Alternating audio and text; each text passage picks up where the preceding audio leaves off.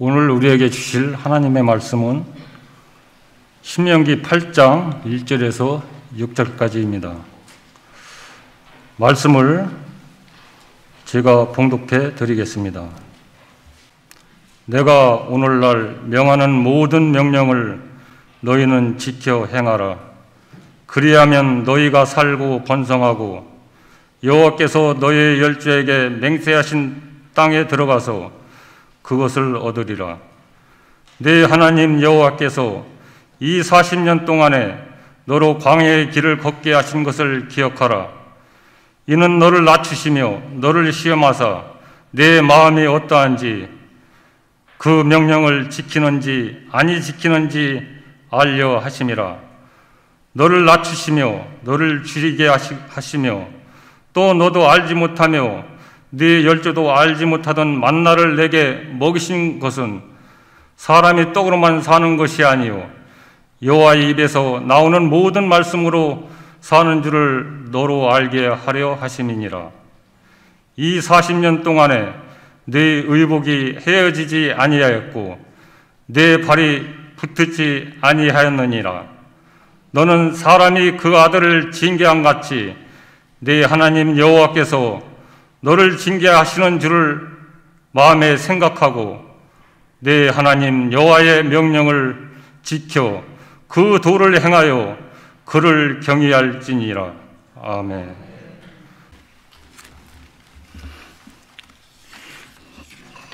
기도합니다. 내가 아버지의 계명을 지켜 그 사랑 안에 거하는 것 같이 너희도 내 계명을 지키면 내 사랑 안에 거하리라. 주께서 말씀하셨습니다.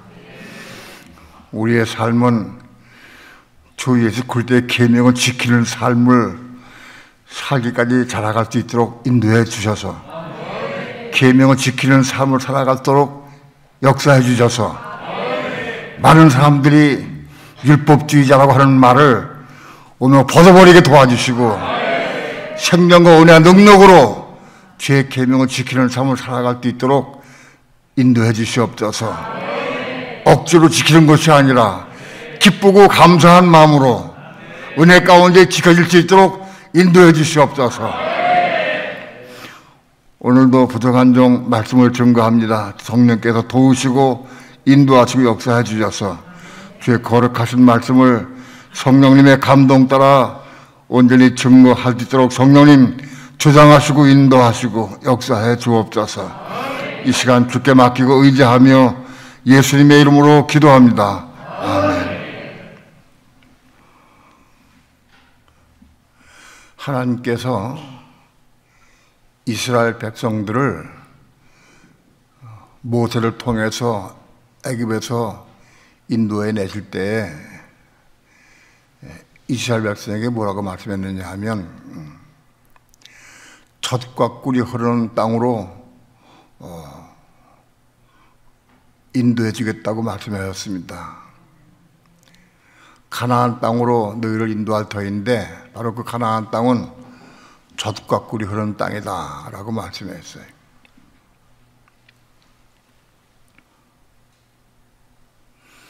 처음에 성경을 읽을 때에는 아무리 봐도 가나안 땅에 젖과 꿀이 흐르는 것 같지가 않아요. 가나안 땅에 가면은 가나안 7족속이 있어서 그들이 진을 치고 있고 그 성벽을 쌓고 있고 철병거를 가지고 있고 그런 가나안 족속이 꽉 차 있는데 거기 가서 이스라엘 백성이 젖과 꿀이 흐르는 땅을 체험할 수 있느냐?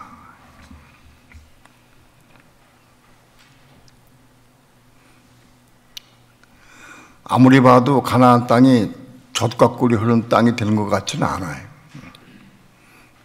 이스라엘 백성이 가나안 땅을 향해 갈 때 하나님께서 신명기 8장의 말씀을 주시면서 광야에 40년 생활을 하게 하셨어요.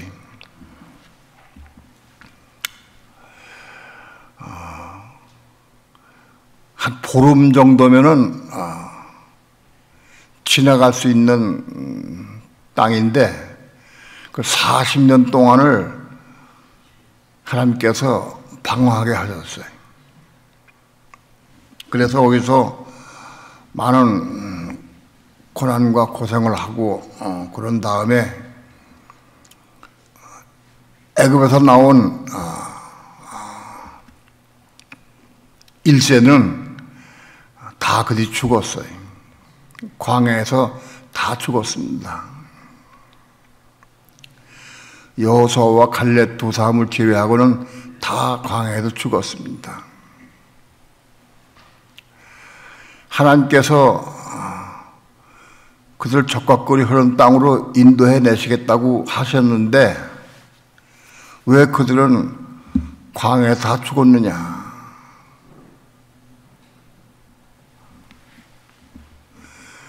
적각거리 흐르는 땅으로 그들을 인도해 내지 못하시고 다 죽게 하셨어요. 다 죽게 하신 게 아니라 그들이 죽음을 자초한 겁니다.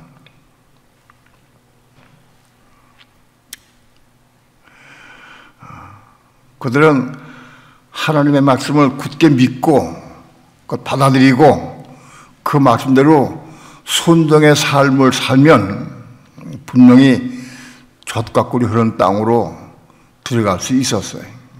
그런데 그들이 하나님 믿지 못하고 원망하다가 불평하다가 하나님 시험하다가 혹은 간음하다가 우상을 숭배하다가 그들이 결국은 다 죽었어요. 그들이 입으로 말하기를 왜 하나님이 우리를 애굽 땅에서 인도해 내셔서 이 광야에서 죽게 하시느냐? 가나안 땅에는 아낙 족속이 있어서 우리가 들어가도 점령할 수가 없고 살 수가 없다. 우리는 다 여기서 죽게 생겼다라고 얘기를 했어요.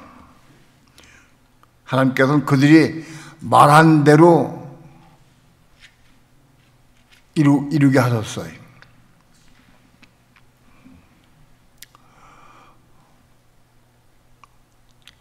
우리는 이걸 꼭 기억해야 됩니다. 우리가 무슨 말을 하든지 무슨 무익한 말을 하든지 하나님 심판대에 다 그게 심화받는다는 겁니다. 가정생활이나 교회생활이나 사회생활 통해서 우리는 말하기를 조심해야 됩니다. 우리가 말한 대로 하나님께서 그렇게 해주신다는 거예요.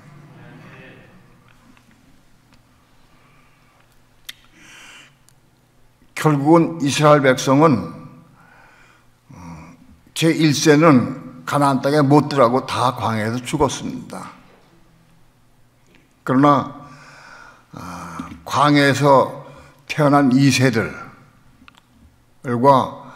애굽에서 나올 때에 아주 젖먹이들, 애굽을 모르는 젖먹이들은 그들과 2세들이 자라서 가나안 땅에 들어가게 되었습니다.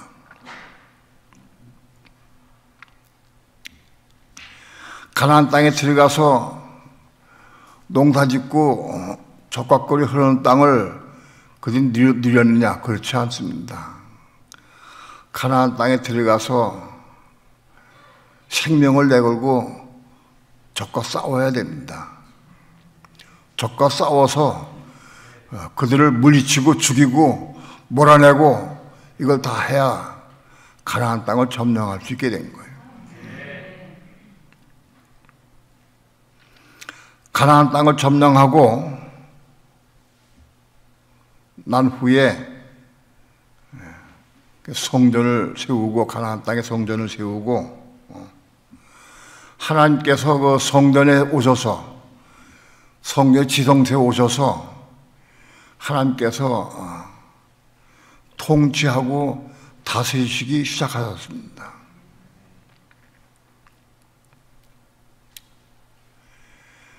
하나님께서 지성소에 오셔서 성전 안에 지성소에 계시면서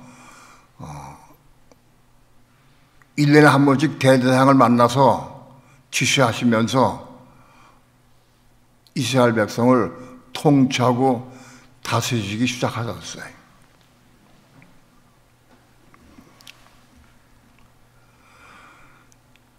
하나님의 통치를 받는 이스라엘 백성이 그 통치를 잘 받고 순종한 게 아니라 그들이 여전히 우상을 숭배하고 다른 신을 섬기고 그렇게 했어요. 계명이 여러 계명이 많이 있지만 그 중에 용서받지 못하는 죄가 있어요.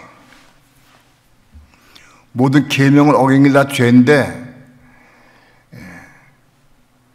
그 죄 가운데에서 사함받지 못하는 죄가 있다. 그 죄가 뭐냐? 우상 숭배다. 다른 신을 섬기고 혹은 우상 숭배하는 것이 그 사함받지 못하는 죄입니다. 요한 1서에 보면은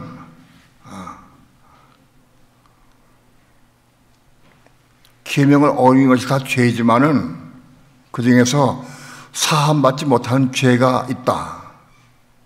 그 사함받지 못한 죄들을 짓는 자들을 위해서는 구하지 말라 그랬어요. 왜냐하면 사함받지 못한 죄를 짓는 사람들, 우상 숭배하는 자들은 구해도 하나님께서 들어주지 않으신다는 거예요. 결국은 멸망당한다는 거예요. 이스라엘 백성이 가나안 땅에 들어온 이후에 끊임없이 우상을 섬겼어요. 왜 그러냐 하면 아담 이후로 선악과를 따먹은 아담 후예들은 자연스럽게 우상을 섬기게 되어 있어요. 선악과의 독이 사람 몸속에 들어와서 죄가 들어왔기 때문에 그 죄는 사단 마귀를 섬기는 그런 본성이 있어요. 그 죄가 몸속에 혹은 마음속에 들어온 사람들이 그 죄에 끌려가지고 끊임없이 우상을 섬기게 돼 있어요.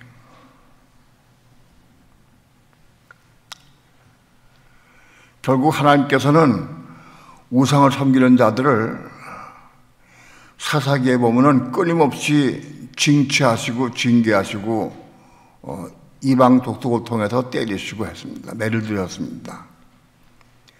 매를 드셨다가도 그들이 회개하고 돌아오면 다시 그들에게 자유를 주고 평화를 주고 부하게 해주고 세상적인 축복을 더해 주셨어요. 또 우상을 섬기면 또 이방 민족을 통해서 그들을 매를 때리셨어요. 그런 거의 반복이 사사기입니다. 결국 이스라엘 백성은 가나안 땅에 들어온 이후에 우상을 섬기는 죄 때문에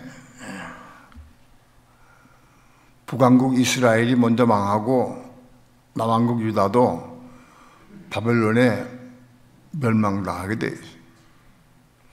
우상을 섬겼기 때문에 바벨론에 멸망당한 거예요. 하나님께서 너희가 그렇게 우상을 섬기기 싶으냐? 그러면 마음껏 우상을 섬겨봐라 하고 끝내버리신 거예요. 70년 포로 생활 통해서 그들은 많은 고난을 겪고 죽임을 당하고 그런 다음에 다시 돌아와서 성전을 세우고 고토를 회복하고 다시 삶을 시작합니다.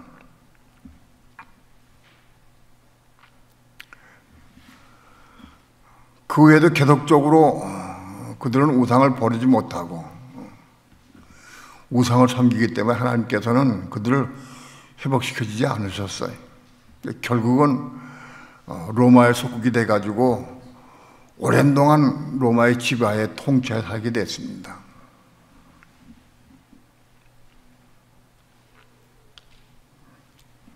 그리고 구로마가 아니 멸망당하고 지금은 후로마 시대입니다. 과거에 있던 로마는 다 멸망당하고 없어져 버렸고 그 나라의 후손들인 후로마 시대가 지금 도래한 겁니다. 지금은 후로마 시대입니다. 시대적으로는. 그 후로마를 개성한 자들이 누구냐 하면 이유입니다.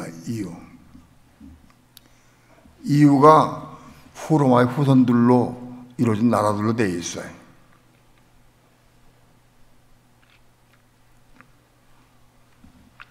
다니엘서 보게 되면은 바로 그 이유에서 적그리스도가 나온다고 되어 있습니다.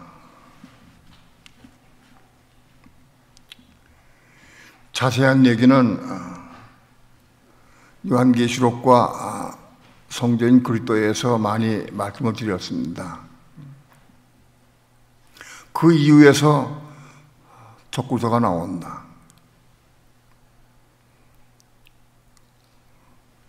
가장 중요한 특징 중에 몇 가지를 말씀드리면 그 이유가 10나라로 편성되어 있는 곳으로 되어 있습니다. 그 10나라는 뭐냐? 충만한 수입니다. 과거에 로마에 속한 나라들에 대한 전체를 포함해서 10나라로 표현한 겁니다. 10은 충만한 수다.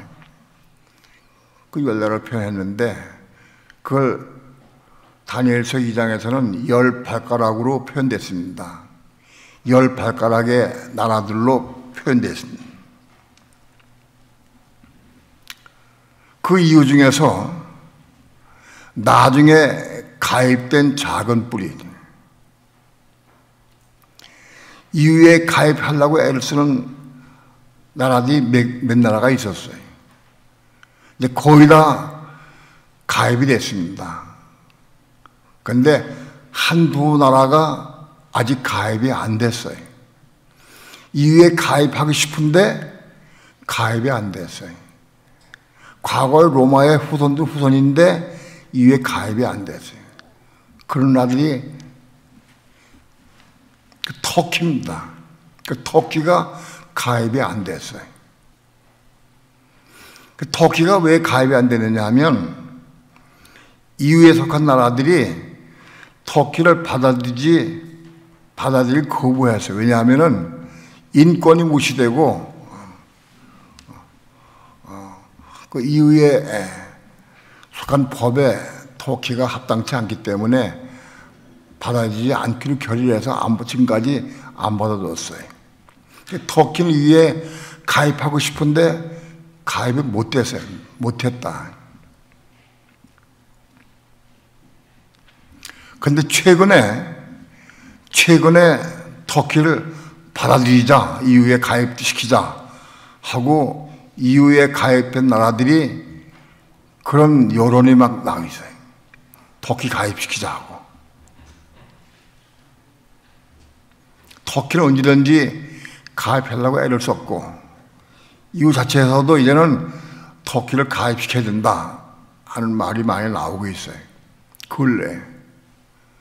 그래서 이유가 터키가 이후에 가입되는 날이 언제인지는 몰라도 아마도 수년 안에 어쩌면 수개월 안에 가입할지도 모른다. 우리는 눈을 부릅뜨고 터키가 이후에 가입된 날이 언제인지 잘 살펴봐야 됩니다. 왜냐하면은 나중에 가입된 작은 뿔이 먼저 있던 세 나라를 굴복시킨다고 되어 있어요.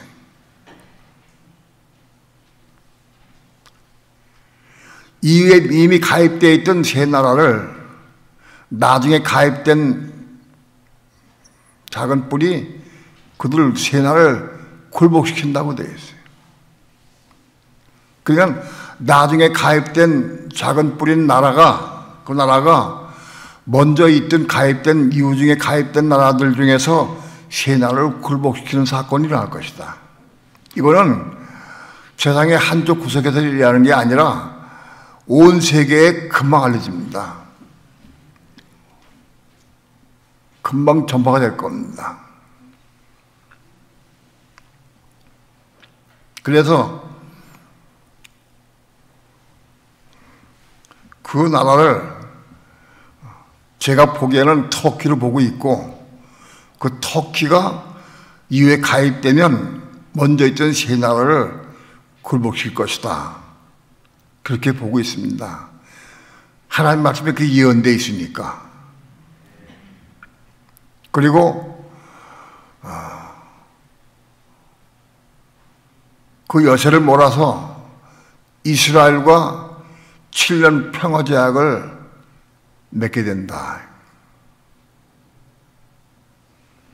이후에 가입된 나라 중에서 강력한 나라가 이스라엘과 7년 제약을 맺게 되는데, 그 나라가 누구냐? 그 터키입니다. 새 뿔을 뿌리째 뽑았기 때문에 다른 나라들이 터키를 두려워합니다. 터키는 강력한 힘으로 밀어붙여서 이스라엘과 7년 평화제약을 맺습니다. 이스라엘은 1948년도 5월 14일 날 독립한 이후에 지금까지 70년이 넘도록 끊임없이 크고 작은 전쟁에 시달려왔습니다. 끊임없이 전쟁에 시달려오고 자살 폭탄 테러로 많은 사람이 죽고 어려움 당하고, 평화롭게 사는데 벼랑간에 산 속에서 로켓 포탄이 날라와가지고 막 망가뜨리고, 그또 보복을 하고, 끊임없이 그런 세월을 70년 이상을 지내왔습니다. 이스라엘 사람들은 지금 평화롭게 사는 것이 꿈이에요. 하루라도 발쭉 뻗고 평화로운 날을 살아보고 싶은 것이 그 꿈입니다. 근데 그것을 바로 7년 평화제약을 맺어주는 사람이 누구냐? 그 적그리스도다, 그것이. 적그리스도가 그걸 이루게 되죠. 적그리스도가 강력한 힘으로 이스라엘과 아랍 제국과 7년 평화제약을 맺어주게 됩니다. 그러니까 이스라엘 사람들은 그걸 보고, 저가 그리스도인가 보다. 우리가 그렇게 원하는 그 평화제약을 맺어주고 우리를 평화롭게 살게 해주는구나. 저가 그리스도인가다, 그리스도 같다 하고 그리스도로 믿게 됩니다. 받아들이게 돼. 또 한 가지는, 적그리스도는 이스라엘과 7년 평화제약을 맺어준 다음에 이스라엘 나라 안에 그들이 소원하는 성전을 지어줍니다. 성전을 지금까지 이스라엘 백성들이 70여 년 동안이나 성전을 지으려고 준비를 다 해왔고, 성전 짓고 싶은데 성전을 지을 수가 없어요. 성전터에 이스라엘 사원이 있기 때문에 그걸 허물어버리고, 그 자기네 땅인데 이스라엘 땅으로 회복됐어요, 그 성전터가. 그런데도 불구하고 그 성전을 이스라엘 사원을 헐어버릴 수가 없어요. 그걸 헐어버리면 아마도 큰 전쟁이 일어나고 세계 전쟁이 일어날 것 같으니까 그걸 헐질 못해. 근데 그것을 적그리스도가 이스라엘 사람들에게 성전을 세워줍니다. 그 성전을 어떻게 세워주느냐 우리는 잘 몰라요. 그런 사건들이 곧 일어날 겁니다. 곧이라고 하는 얘기는 내일 모레라는 뜻은 아니고 아마 몇 년 안에, 수년 안에 일어날 것 같아요. 다니엘서에 예언된 예언들이, 혹은 신약성경에 예언된 예언들이 이제 곧 이루어질 날이 우리 눈앞에 다가왔습니다. 우리 코앞에 와 있습니다. 그 언제인지는 몰라요. 그러나 분명한 사실을 성경의 예언이 분명히 이루어질 것이고 우리는 그 예언들이 이루어지는 과정들을 우리는 볼 수 있을 겁니다.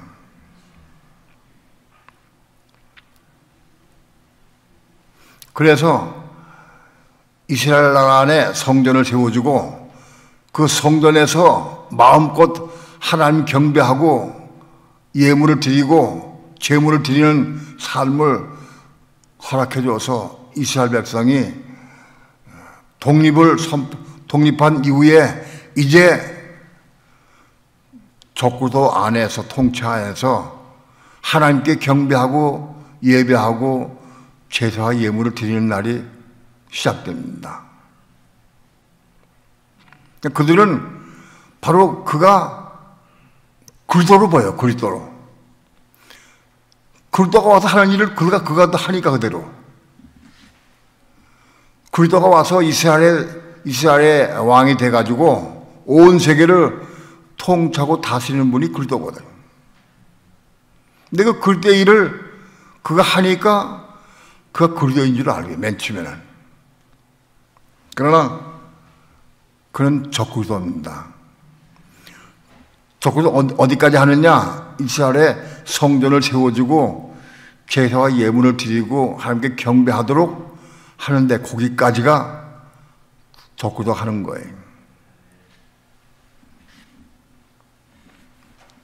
그러나 적그리스도가 칼에 맞아 죽었다가 살아납니다. 큰 사건이. 칼에 맞았다가 죽었다가 살아난다. 지금 말씀드리는 것은 여러분들이 살아있는 동안에 여러분이 다 보고 경험할 거예요.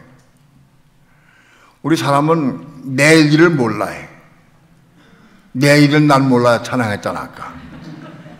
조금 후의 일도 몰라. 그런데 우리는 이런 내용들을 성경으로 통해서 앞으로 되어진 일들을 우리 다 보고 있는 거예요.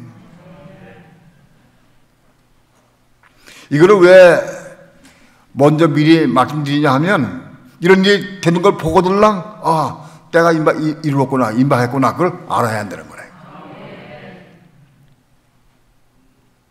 예언된 말씀이 이루어지면은 한 나라가 곧 이루어지겠구나. 우리 그거를 알아야 한다. 그런 얘기입니다.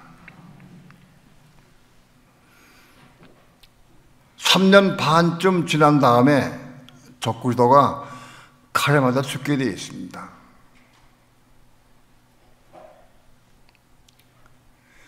칼에 맞아 죽는지 총에 맞아 죽는지는 잘 몰라요. 옛날엔 총이 없었으니까 그걸 볼 때는 칼로 패는지도 몰라요. 아무튼 죽었어. 적그리스도가 죽었다 하고 소문이 나서 공포가 돼서 그가 죽었다. 사람들이 그 유능한 사람, 아주 훌륭한 사람이 죽었구나 하고 전부 사람들이 끌탕을 하고 마음 아파할 때 그 다시 살아납니다. 그게 흡사 예수님 십자가 죽으셨다가 부활한 것을 본떠서 그 적그리스도도 죽었다가 다시 사는 것으로 그렇게 표현됩니다. 그런데 그것은 죽었다가 다시 살아나는 게 아니고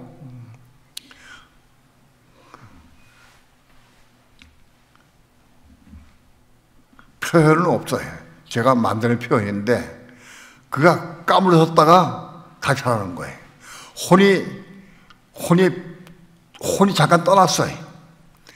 사람이 육신이 혼이 떠나면 죽었다고 보통 우리가 얘기를 해요. 혼이 떠나면은. 한국말에도 혼이 떠났어. 그러면 죽었다고 하는 표현이에요. 적그리스도도 혼이 잠깐 떠났어요. 총에 맞아가지고 혼이 떠났어요. 떠났는데 떠난 다음에 다른 다른 영과 혼이 무적행에서 올라와요. 무적행에 있던 그 적구대의 혼이 들어와가지고 딱 들어가요. 그러니까 적구대가 살았다가 죽어서 혼이 나간 다음에 다른 혼이 들어온다고. 그 적구대의 혼이. 적구대 혼이 음부에 있다가 그때 싹 바뀝니다. 내용물이 바뀌는 거예요.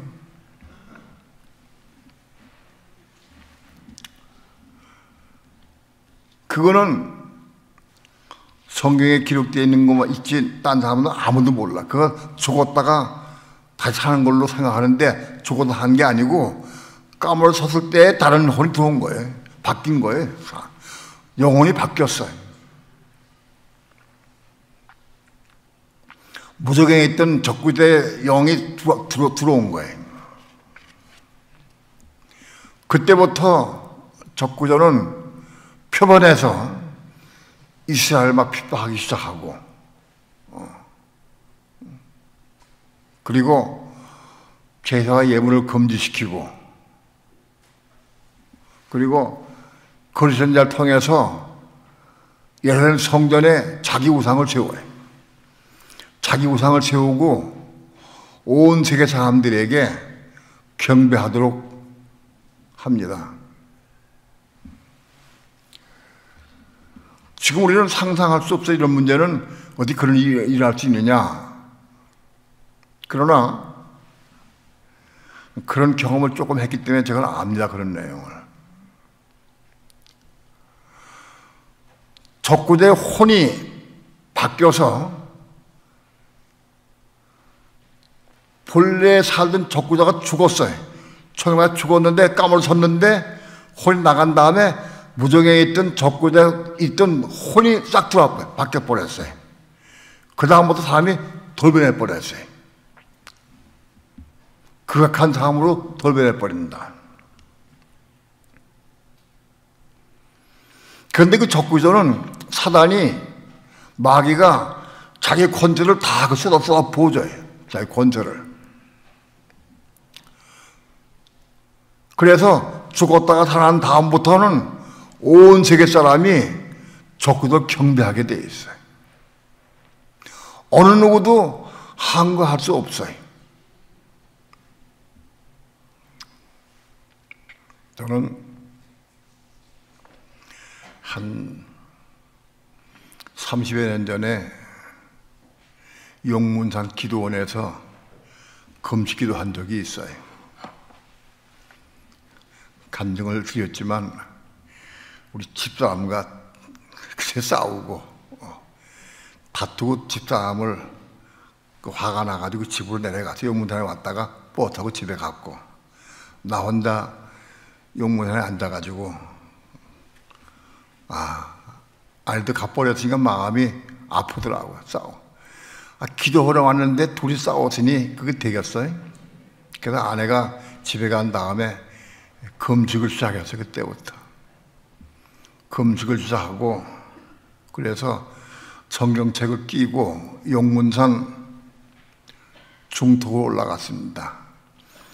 용문산 중턱에 올라가다가 거의 꼭대기 좀 못 가서 그 큰 바위가 있는데 그 앞에 낭떠러지고 바위 있는데 편편한 바위가 있어요. 거기 무릎 꿇고 앉아가지고 기도하기가 편해. 그리고 이렇게 뒤로 장비 기댈 수도 있고 그런 평평하고 좋은 바위가 있는 장소가 있어요. 거기 올라가서 낮에부터 성경 보고 찬양하고 기도하고 그렇게 하면서 밤을 새웠어요.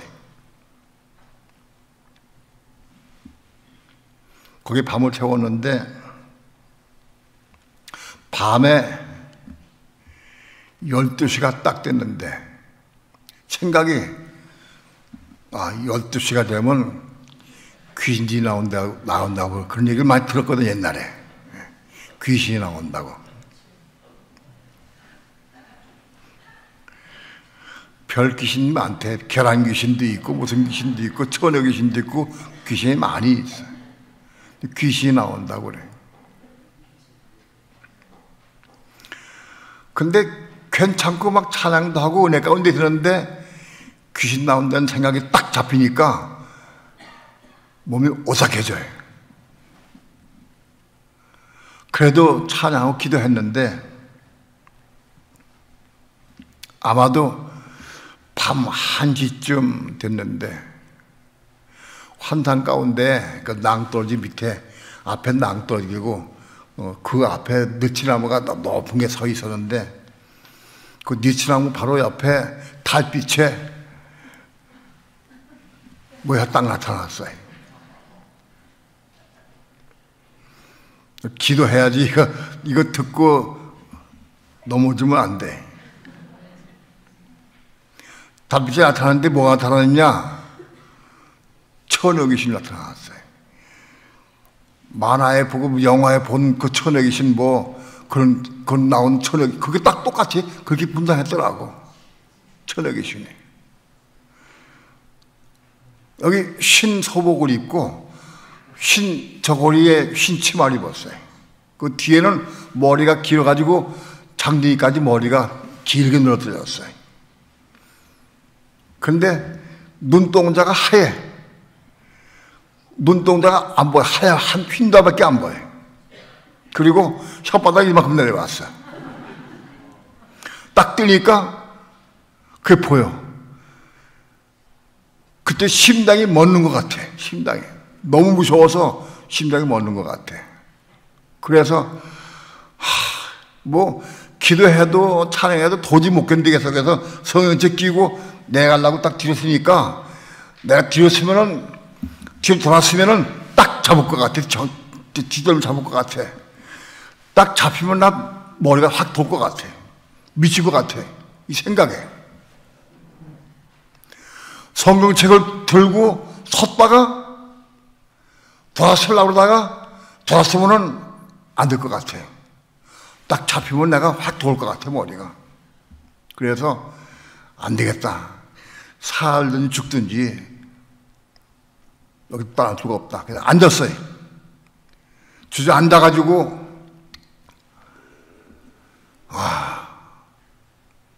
방법이 없어.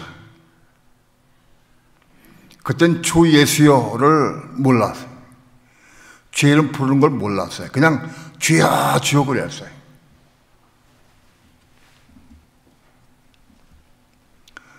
주여만 불렀어요. 1시 좀 넘어서부터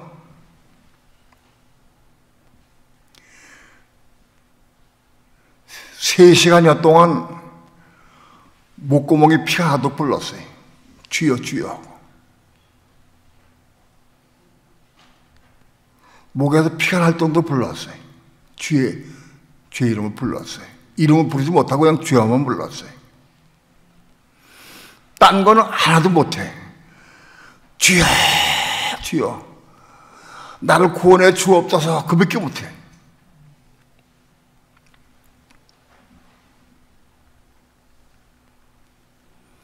거기서 산꼭대기에서 바위돌 틈에서 아무도 없는 데서 눈만 뜨면 딱 그 보는 거지. 눈만 뜨면.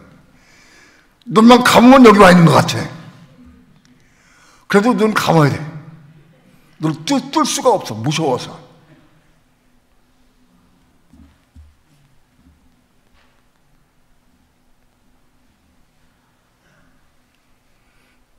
그런데 3시간쯤 부르짖을 때 여기 목구멍에서 피가 날 정도 불렀어요. 부르고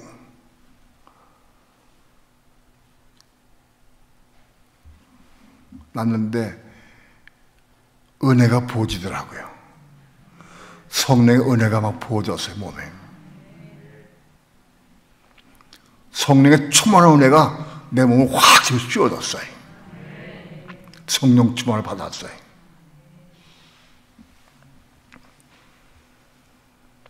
성령 충만을 받으니까 눈 떴어요. 귀신이 무섭지가 않아. 귀신이 안 무서워. 하나도 안 무서워. 내가 3시간 동안 부르짖은 다음에 눈을 떠서 볼 때 아무것도 없어. 내가 소리쳤어요. 뭐라고 소리쳤냐면, 귀신아, 나와라. 한다스 오라, 한다스. 한다스가 몇이요? 12. 12를 한꺼번에 와라, 한꺼번에. 하나 오지 말고 한꺼번에 다 와라. 담대함이, 강한 담대함이 생겼어요.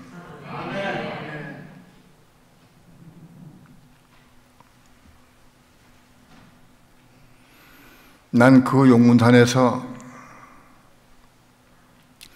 귀신과의 싸움을 평생 잊지 못해.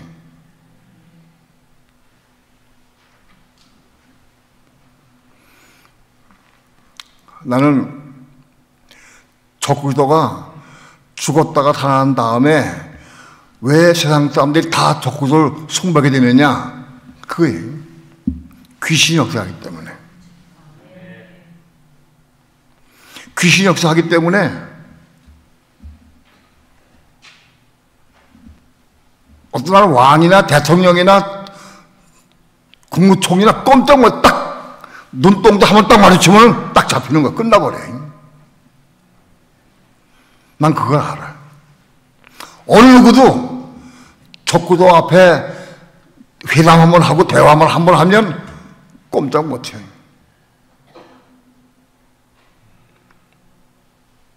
그래서 전 세계가 적그리스도 우상에게 경배하게 되고 편하게 된다.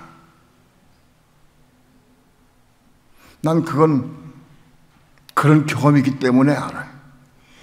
귀신의 적그리스도는 사단은 적그리스도에게 최대한의 능력을 보여주고 역사하게 해서 적그리스도와 한번 대화하고 회담하고 한 만난 사람은 다 굴복하게 돼 있어요.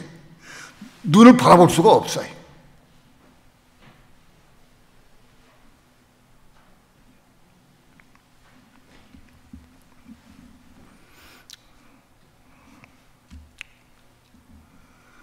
이런 것을 말씀을 드리면 개중에 어떤 분들은 시험 들어가지고 어려움 당할 때 어디 산길 갈 때 어디 갈 때 그 딱 생각이 나면은 딱 잡혀.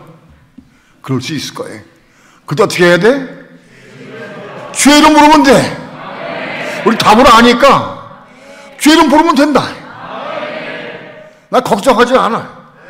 우리 교회는 어느 누구도 내 말을 들어도 이것 때문에 실적으로 넘어질 사람 없을 거예요. 왜? 죄는 보면 되니까. 답을 아니까. 순종 안 하고 그 영에 잡혀가지고 법을 떨거나 무릎 꿇고 기도하고 죄는 부르면 이게 승리한다. 이거는 실제로 적그리스도가 우리 앞에 나타날 때도 우리가 이길 수, 승리할 수 있다.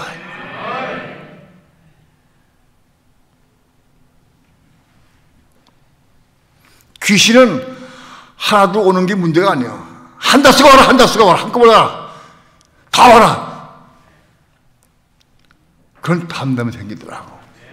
그건 거짓한 게 아니야. 실제로 그런 믿음이 생겨.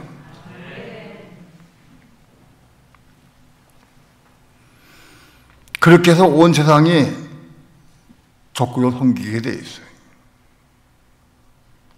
믿는 사람들 중에서 이기는 성도들만 표함받고 우상에 경배 안 할 수 있어요. 예수 믿는 사람들 가운데서도 그가 다 표받고 우상 경배하게 돼 있어요.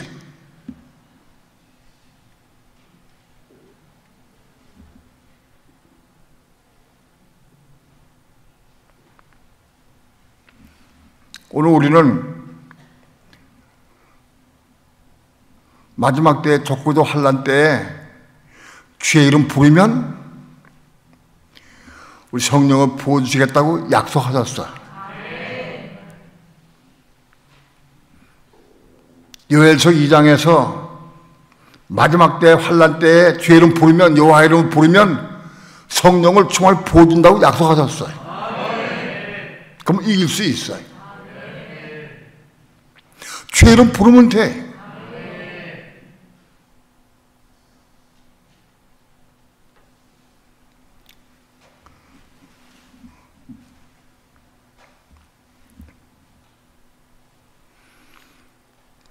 그래서 적그리스도 환란 때가 지나서 전 3년 반 후 3년 반이 지나고 그런 다음에 7년 죄악 맺은 날로부터 7년 후에 이스라엘과 7년 죄악 맺은 후 도장 찍은 날로부터 7년 후에 예수 그리스도가 재림에 오십니다. 이때 재림에 오셔서 온 천하를, 온 세계를 통치하고 다스리십니다. 그래서 예수 그리스도가 어디 오시느냐? 가나안 땅에 오신다. 가나안 땅에 오셔서 거기서 가나안 땅에서 온 세계를, 온 천하를 천년 동안 통치하고 다스린다. 그때 이 가나안 땅이 온 세계에 젖과 꿀이 흐르는 땅이 되는 거다. 온 세상에 가나안 땅으로부터 은혜와 생명이 넘쳐나게 되고 부어지게 되고 그래서 젖과 꿀이 가나안 땅이 그때 흐르게 된다. 그러다가 오셔서 천년 동안 통조 다실 때부터 가나안 땅에 젖과 꿀이 흐르는 땅이 돼서 온 세계에 젖과 꿀을 공급하고 생명을 공급하는 땅이 된다.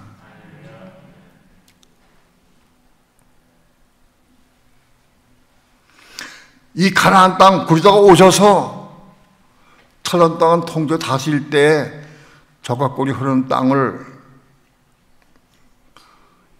얻게 하시는 것이 하나님의 뜻이에요. 이스라엘 백성들로 가나안 땅을 얻어서 거기 점령해서 거기 성전을 세우고 비록 왔다 갔다 하고 많이 넘어지고 포로되기도 하고 많은 과정을 겪었지만 아무튼 가나안 땅에 들어가 가나안 땅을 점령하고 그 땅에 살면서 거기 성전을 세우고 거기 하나님의 왕국을 이루기 시작하는 것, 그 시작이 솔로몬 때부터 시작된 거예요. 솔로몬 때부터 가나안 땅이 이제 젖과 꿀이 흐르는 땅으로 조금 그것이 나타나고 드러나게 된 거예요. 그것이 완성은 언제냐? 그러다가 오셔서 1,000년 동안 통조 다스릴 때, 그러다가 오셔서 온 천하를 통조 다스릴 때 가나안 땅이 과연 온 세계에 젖과 꿀이 흐르는 땅으로 공급하는 땅으로 될 겁니다.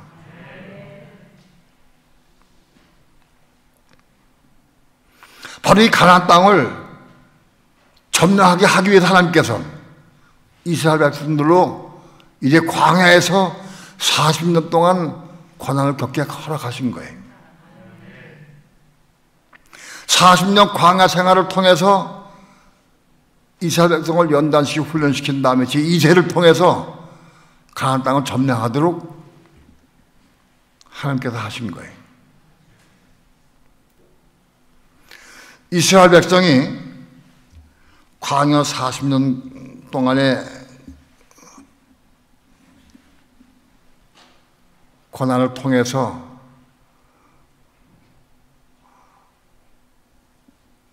결국은 가나안 땅에 들어갔듯이 오늘날 예수 믿는 성도도 똑같아요.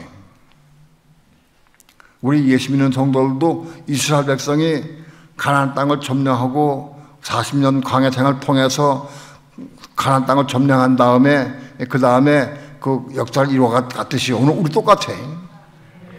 예수 믿는 성도들도 우리도 광야 생활 40년 통과한 다음에 천년왕국에 들어가게 되는 거예요.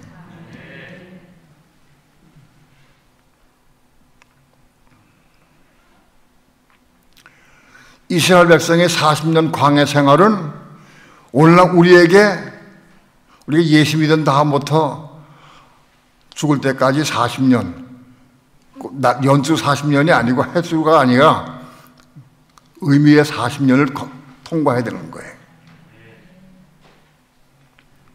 이스라엘 백성의 40년 광야 생활이 오늘날 믿는 성도들의 교회 생활이다. 교회 생활이 광야 생활이다.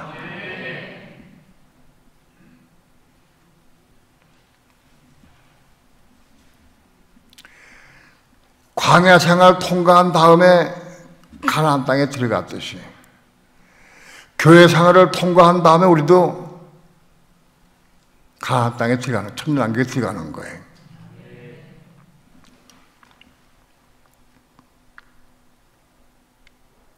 오늘날 교회 생활, 우리 교회 생활이 뭐냐? 이걸 잘 알아야 됩니다. 교회 생활이 뭐 하는 거냐? 하나님께서 이스라엘 백성들에게 광야의 40년 생활을 하게 하신 목적이 뭐냐? 하나님의 계명과 명령을 지켜 순종하느냐 순종하다, 그걸 보는 거예요. 그걸 보시려고.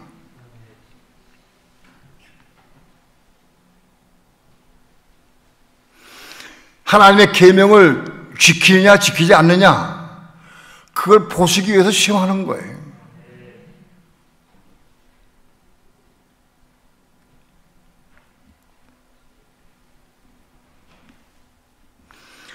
하나님께서 이스라엘 백성들에게 계명을 주신 목적이 뭐냐? 그거 지켜라.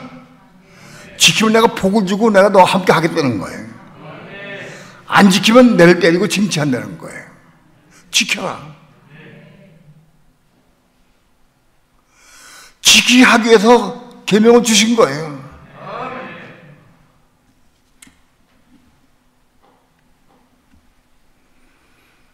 오늘 우리 믿는 성도들에게도 신약성경이 있어요. 구약도 필요하지만 신약성경이 있어요. 예를 들어서 이게 우리에게 주신 말씀은 뭐예요? 지키라고 주신 거예요. 지키라. 미워하지 마라, 판단하지 마라, 정죄하지 말라, 비방하지 말라, 욕하지 말라, 원수 사랑하라, 남편에게 순종하라, 아내를 내 마음과 사랑하라. 다 지키라고 주신 거예요. 지키라고. 그거 들어서 지시고 아는 게 아니에요. 지키라고 주신 거예요.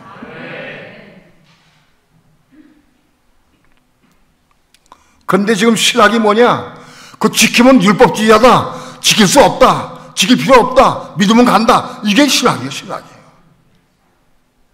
예? 오늘 신학이 이렇다고. 하나님의 말씀, 구약의 말씀이 신약의 말씀이나 왜 계명과 율법 왜 주셨느냐? 지키라고 주신 거예요. 지키라고. 근데 그건 지킬 수가 없다. 어느 성경 구절 말씀을 인용을 해가지고 지킬 수가 없다. 그 주신 목적이 뭐냐? 우리 죄를 깨달으려고 주신 건 지키라는 게 아니다. 그렇게 해석을 해버렸어요. 온통 신학이 참 바꿔버렸어요. 누굴로서. 분명껏 지켜 행하라 그래요. 지켜 행하라.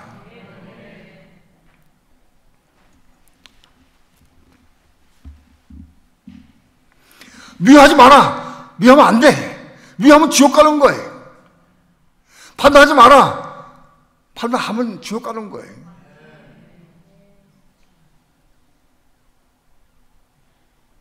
그거 지켜야 돼. 근데 그걸 지키는 게 우리 힘으로는 지킬 수가 없어. 우리 육체는 지킬 수가 없어. 왜냐하면 선악과를 따먹은 오늘 우리는 육체와 마음이 병들어서 죄를 물들어서 지킬 능력이 없어. 힘이 없어. 근데 누가 지키느냐?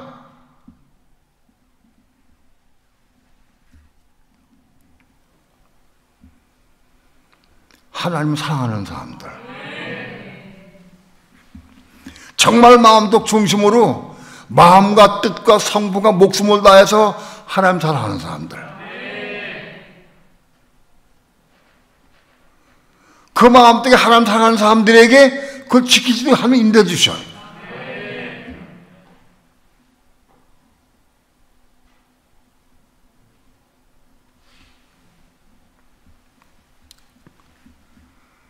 하나님 사랑해야 돼. 그래야 지킬 수가 있는 거예요. 하나님 사랑하는 사람들에게 하나님께서는 그 사랑을 주시면, 그 사랑을 받으면 지켜지게 되어 있어요. 우리 힘으로 못 지켜요. 우리 힘으로는. 몇 번 죽었다 깨도 인간의 힘으로는 못 지킵니다. 지킬 수 없습니다. 하나님 사랑하는 마음이 있어야 지킵니다.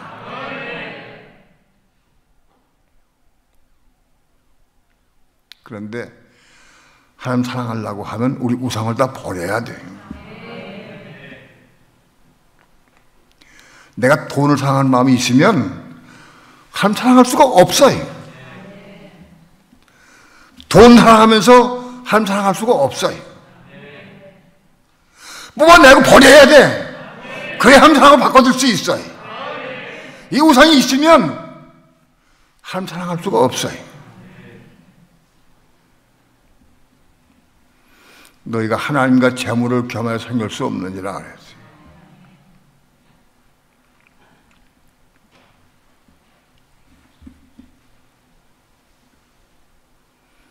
그럼 돈은 어떻게 하느냐?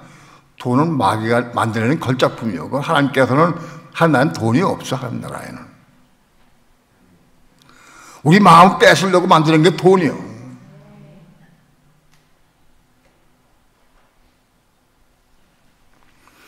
불신자는 물론이거니와 믿는 사람 가운데도 거의 95% 이상이 다 돈에 매여 있어. 돈에 노예예요.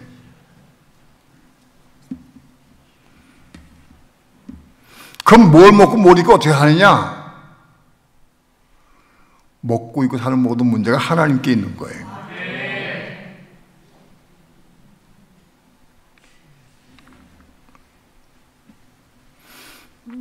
베드로도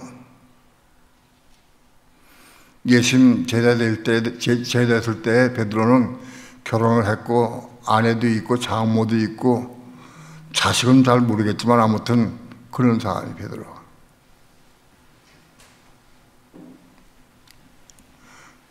베드로가 처음에 예수님 만날 때 어디서 만났느냐? 요한복음 1장에서 요단강가에서 만났어요. 자기 동생 안드레가 형님 우리가 그곳을 만났습니다. 가서 봅시다. 그래서 베드로를 데리고 예수님께 데리고 갔어요. 근데 그때 베드로가 예수님 처음 만난 거예요. 요단강가에서.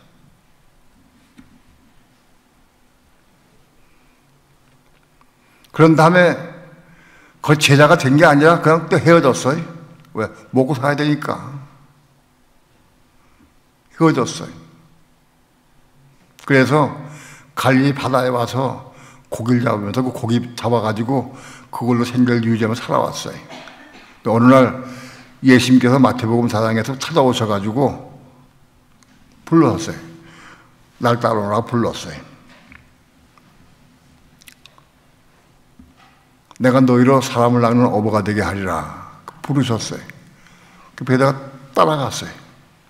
그때부터 따르면서 제자가 됐어요. 그러다가 또 헤어졌어요. 여전히 먹고 사는 문제 때문에, 돈 때문에 헤어졌어요. 다시 세 번째 만난 게 뭐냐? 누가복음 5장에서 만났어요.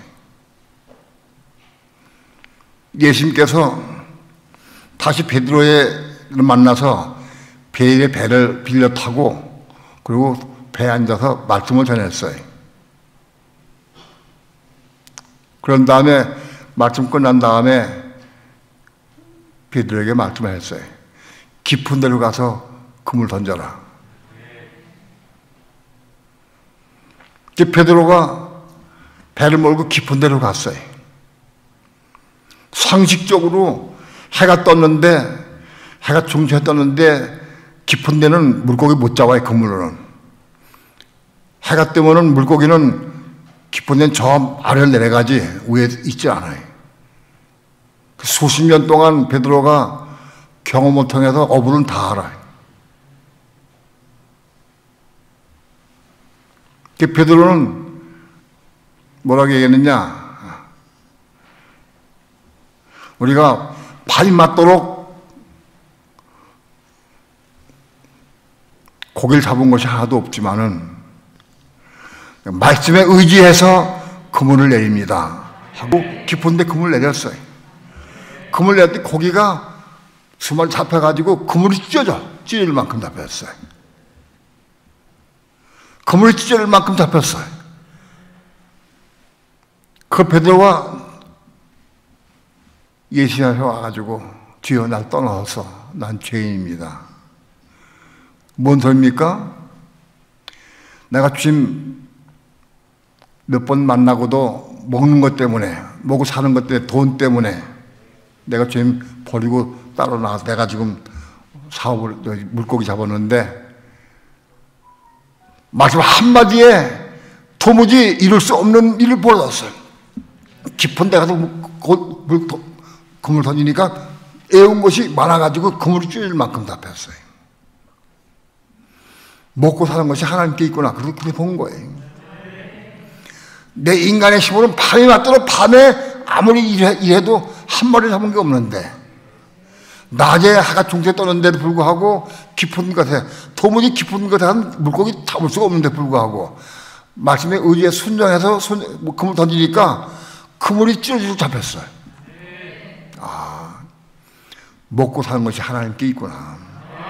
주님께 그걸 깨달았어요. 그때부터 베드로는 먹고 사는 문제 딱 내려놨어. 의심할 지가 없어요. 끝났어. 그때부터 베드로가 따라다닌 거예요.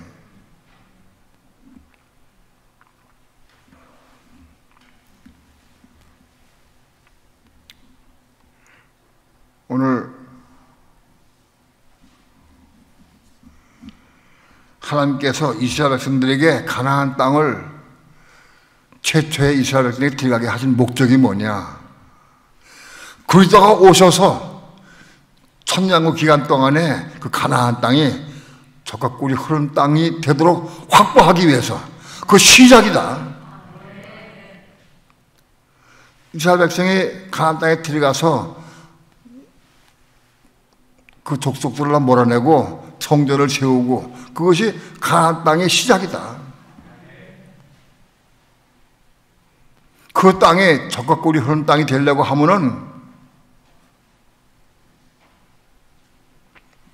몇천 년의 기간이 흘렀어요.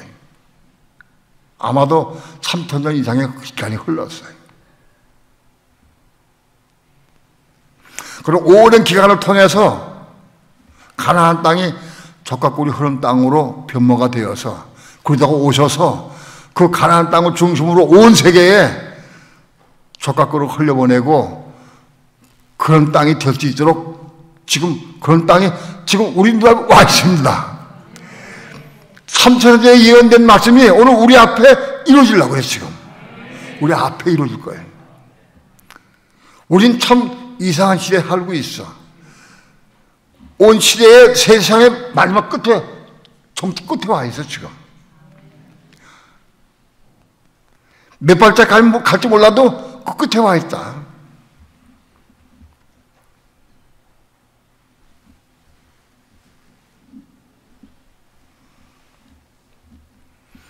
먹고 입고 사는 모든 문제, 믿음으로 하나님께 맡긴 사람들이 이제 하나님의 의를 위해서 일할 수 있어요. 젖과 꿀이 흐르는 땅에 들어가서 함께 일할 수 있어요.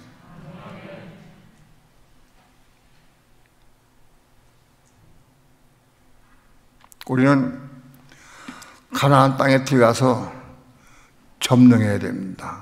살아야 됩니다. 이건 이론이 아닙니다. 오늘 가나안 땅에 들어가야 한다. 오늘의 가나안 땅은 어디냐? 성경인 글도를 통해서 말씀드렸듯이 우리의 신앙생활은 바깥들과 성소와 지성소로 구분되어 있어요.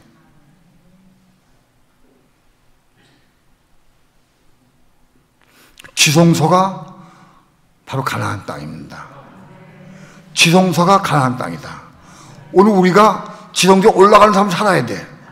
지성소.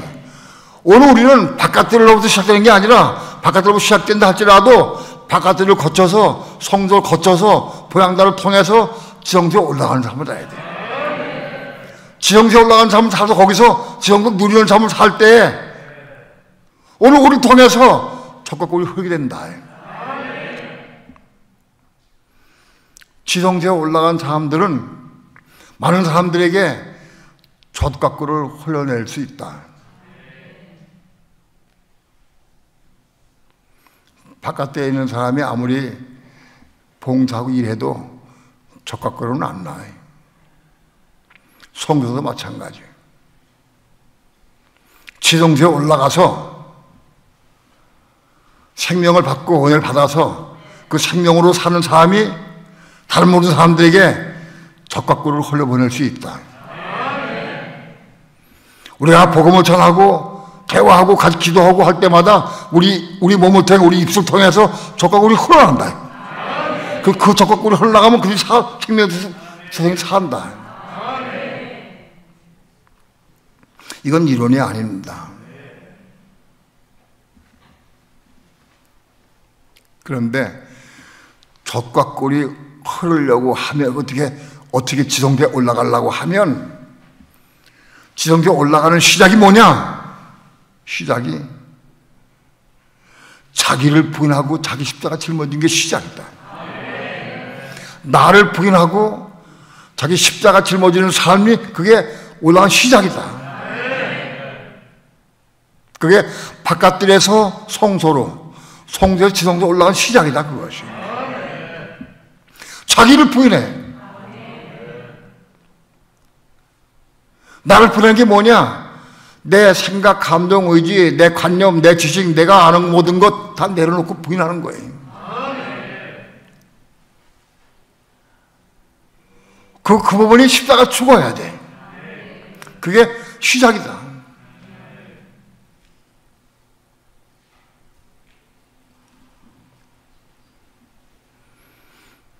자기를 부인하고 자기 십자가 짊어지고 죽은 사람이라야 예수와 함께 십자가 죽을 수가 있어요.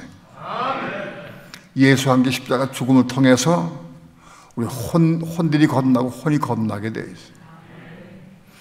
혼이 거듭나야 그리스도와 함께 십자가 죽음을 통해서 생명을 받을 수가 있어요. 겁난 혼 마음속에 생명 받으면 이 생명이 우리 속에 돈 생명이 다른 사람에게 흘려보낼 수 있는 젖과 꿀이 되는 거예요.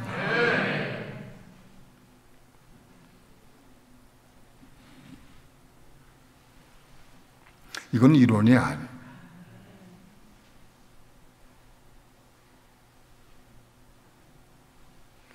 가정생활 통해서 아내가 남편하고 대화하는 게 너무너무 좋아, 기뻐, 너무 감사해. 남편과 대화만 하면 내가 은혜가 되고 막 기쁨이 되고 뭔가 흘러 들어오는 게 있어. 그게 있어야 돼. 그래서 고대하는 거예요. 하루 종일 기다리는 거예요.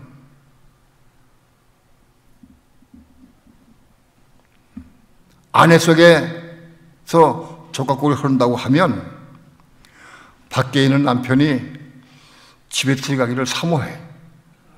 빨리 들어가서 아내와 교통과 대화하면서 젖과 꿀을 얻어먹기 싶어서. 아내를 통해서 흘러나오니까. 이건 거짓말 시킬 수가 없어요. 아내를 통해서 흘러나오는 젖과 꿀이 흘러나올 때마다 내 속에 기쁨과 만족이 넘쳐납니다. 막 춤을 추고 싶어요.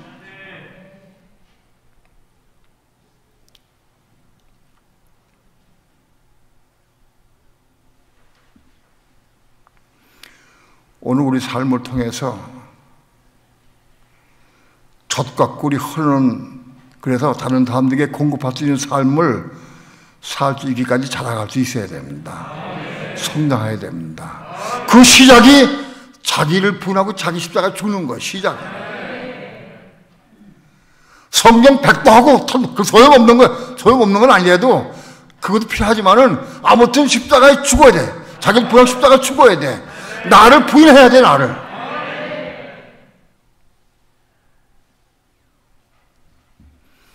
각 구역은 자기를 부인하는 삶을 가리키고 그런 간증을 해야 돼. 나를 이렇게 부인했고 내가 이렇게 짊어지고 십자가 졌다. 그런 거 간증하라고. 딴 간증하지 마라. 구역장은 지식을 나열하는 게 아니에요. 뭐 가르치는 게 아니에요, 구역장은. 내가 삶을 통해서 내가 이렇게 나를 부인했고 내가 이렇게 십자가 죽어서 그래서 내가 그 다음 땅에 예수에게 십자가 죽었다. 그걸 간증하라고. 딴 거 필요 없어요.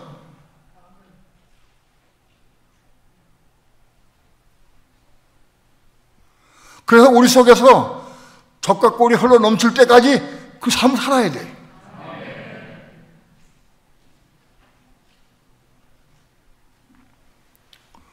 구역장님들에게 특별히 당부드리는 것은 절대 구역원을 가리키라고 들지 말아요. 가리키는 건 아무리 가리켜도 생명이 안 돼.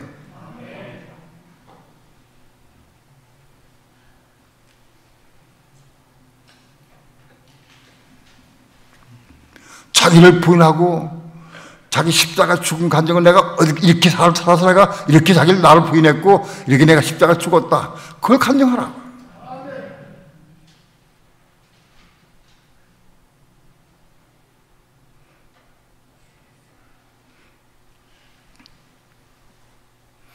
구역장님들 구역 보고서를 보면서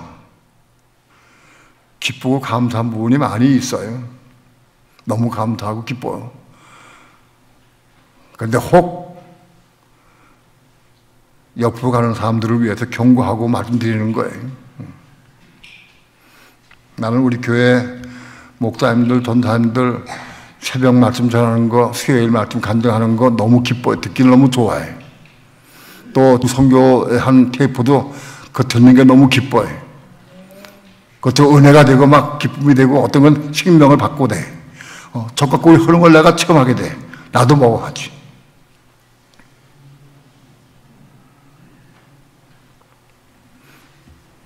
여러분,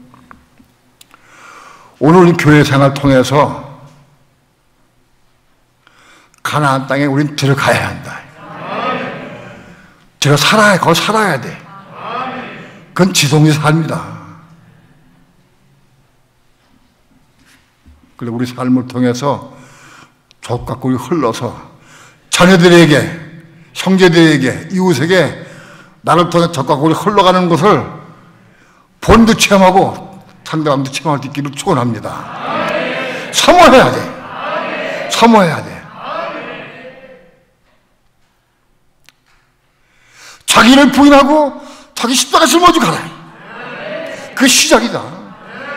그거는 신앙 시작부터 죽을 때까지 이러는 거야.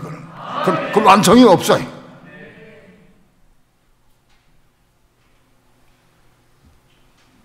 기도합니다. 작은 입술 벌려서 주의 말씀을 증거했습니다. 하나님의 성령께서 저 내 마음에 감동을 주셔서 말씀을 생수로 생명의 떡으로 먹고 말 수 있게 도와주시고 이 말씀 붙잡고 기도하면서 이루는 삶을 살게 도와주셔서 우리가 교회 생활 가운데에서 지성소의 삶을 살게 도와주시고 가나안 땅을 점령해서 젖과 꿀이 흐르는 삶을 살아갈 수 있도록 축복해 주시옵소서. 감사드리며 예수님의 이름으로 기도합니다.